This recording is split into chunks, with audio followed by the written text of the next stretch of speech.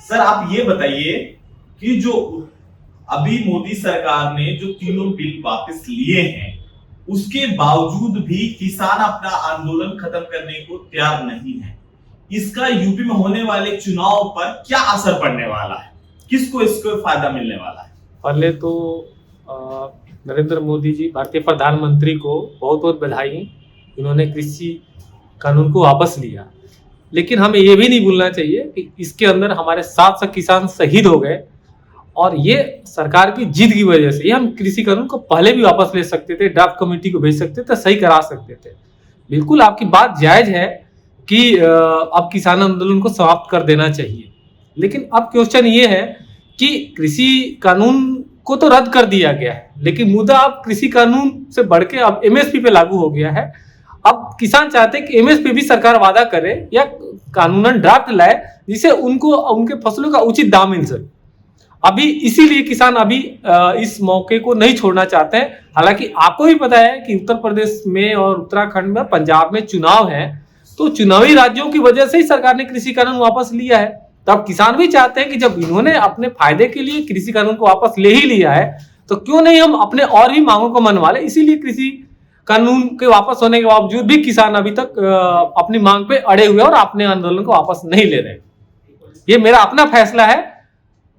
क्या आपको नहीं लगता कि ये जो आंदोलन है अगर और आगे खिंचा तो विपक्षी पार्टियों को इससे बहुत ज्यादा फायदा होगा? पहली बात तो ये है कि कृषि कानून विपक्षी पार्टी लेके नहीं आए थे, और दूसरी बात कि कृषि कानून का समर्थन करने का विपक्ष का ये मतलब नहीं है कि हर वो किसानों के साथ खड़ी नहीं हो सकती है। विपक्ष का काम है किसानों के साथ खड़ा होना, ना हो खड़ा उसे क्या अंतर पड़ता है। किसान तो अपनी लड़ाई लड़ रहे थे।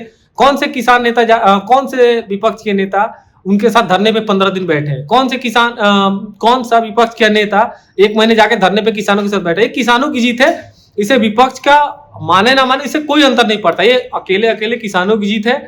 विपक्ष इस मुद्दे को भुनाना चाहता है, वो उनका अपना इंटरनल इशू है कि वो किस तरह से भुनाते हैं। अच्छा, एक लास्ट प्रश्न ये है कि जिस तरह से समाजवादी पार्टी के अध्यक्ष श्री अखिलेश जी छोटी छोटी पार्टियों के साथ गठबंधन कर रहे हैं, क्या ऐसा रणनीति समीकरण बना रहे हैं जिससे बीजेपी ध्वस्त हो जाएगी? पहली बात तो यह है कि चुनाव में हर एक पार्टी को अपने हिसाब से चुनाव लड़ने का हक है। वो किसके साथ जाती है, किसके साथ नहीं जाती, वो दूसरी बात है।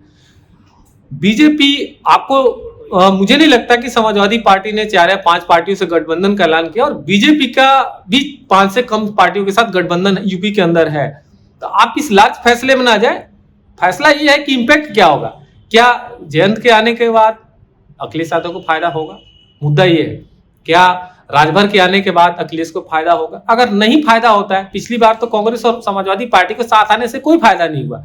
ये जनता तय करती है कि किसके आने से क्या फायदे होने वाले। रही गठबंधन की बात, तो हर एक पार्टी अपने चुनाव में जीतने के लिए हर एक काम करती है।